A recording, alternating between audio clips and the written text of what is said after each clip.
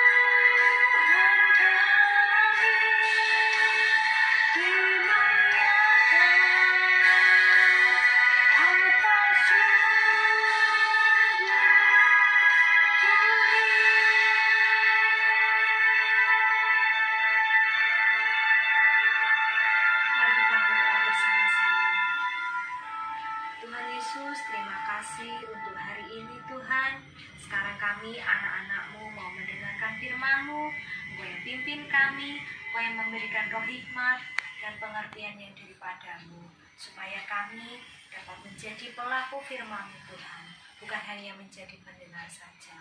Terima kasih Tuhan Yesus, hanya di dalam nama Tuhan Yesus kami berdoa dan mengucap syukur. Haleluya, amin.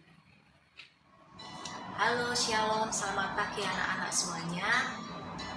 Yuk, mari pagi hari ini kita mau belajar firman Tuhan. Kita mau buka Alkitab kita ya. Tentunya kalian sudah menyiapkan ya. Markus 4 ayat 35. Markus 4 ayat 35. Saya akan bacakan ya. Pada hari itu, waktu hari sudah petang, Yesus berkata kepada mereka, "Marilah kita bertolak ke seberang." Mereka meninggalkan orang banyak itu, lalu bertolak dan membawa Yesus beserta dengan mereka dalam perahu di mana Yesus telah duduk, dan perahu-perahu lain juga menyertai dia. Lalu mengamuklah taufan yang sangat dahsyat, dan ombak menyembur masuk ke dalam perahu, sehingga perahu itu mulai penuh dengan air. Pada waktu itu Yesus sedang tidur di buritan di sebuah tilam. Maka murid-muridnya membangunkan dia dan berkata kepadanya, "Guru, engkau tidak peduli kalau kita binasa." Ia pun bangun, menghadap angin itu dan berkata kepada danau itu, "Diam, tenanglah." Lalu angin itu reda dan danau itu menjadi teduh sekali. Lalu ia berkata kepada mereka, "Mengapa kamu begitu takut? Mengapa kamu tidak percaya?" Mereka menjadi sangat takut dan berkata seorang kepada yang lain, "Siapa gerangan orang ini sehingga angin dan danau pun taat kepadanya?"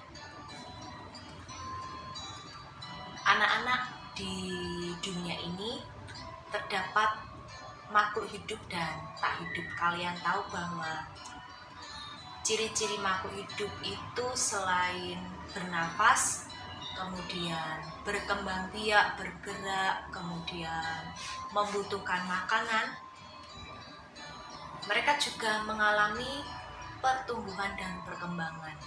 Jika kita pernah melihat atau pernah menanam biji, misalnya biji kacang hijau, biji mangga, atau mungkin biji pepaya, jika kita perhatikan pada saat kita tanam, kita siram, ya, kita sirami dengan air, kita beri pupuk, maka lama-kelamaan biji ini akan bertumbuh. Misal contohnya pada biji mangga, biji ini akan berubah, ya, berkecambah, kemudian tumbuh akarnya, tumbuh daun muda, kemudian semakin hari, semakin lama-kelamaan dia akan berubah menjadi tinggi, ya. Dan bukan hanya sampai di situ saja, bahkan dia akan berbunga, kemudian berbuah, sehingga buah inilah bisa kita makan atau bisa kita nikmati. Nah, dalam kehidupan jasmani kita juga mengalami pertumbuhan dan perkembangan, mulai dari lahir, ya, sebagai seorang bayi, melalui makan makanan, kemudian minum, mengkonsumsi banyak vitamin, ya. Semakin hari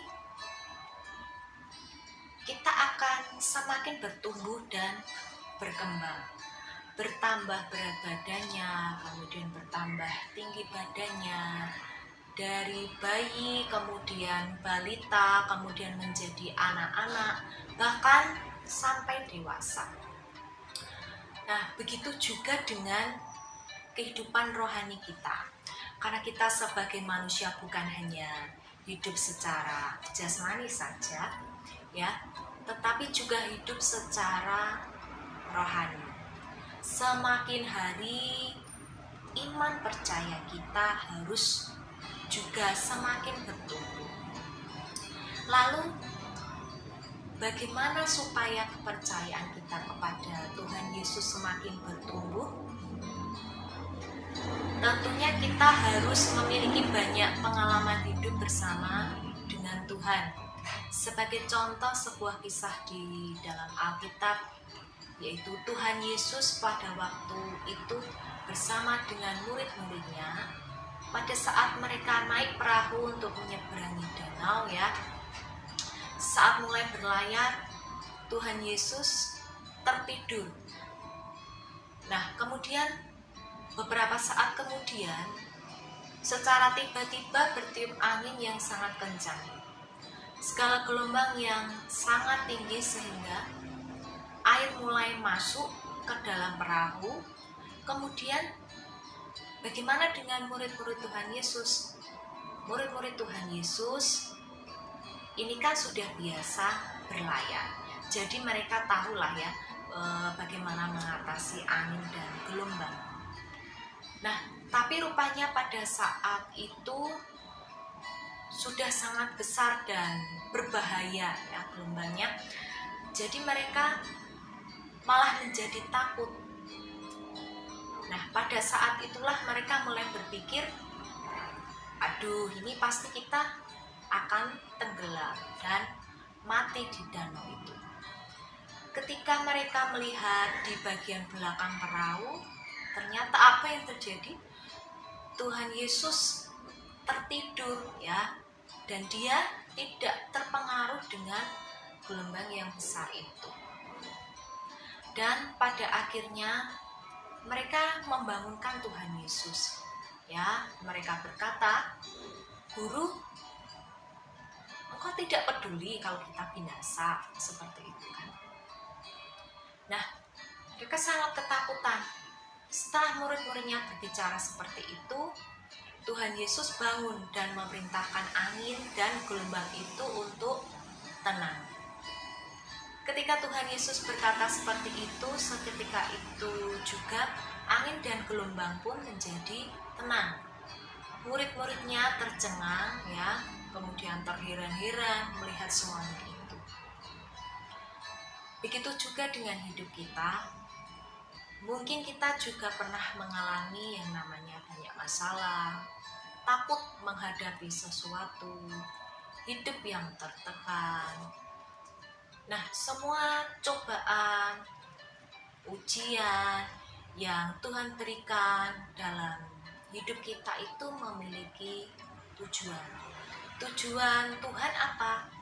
Yaitu satu, agar hidup kita semakin bertumbuh, ya. Untuk selalu percaya bahwa hanya Tuhan yang bisa memberikan pertolongan bagi kita semua.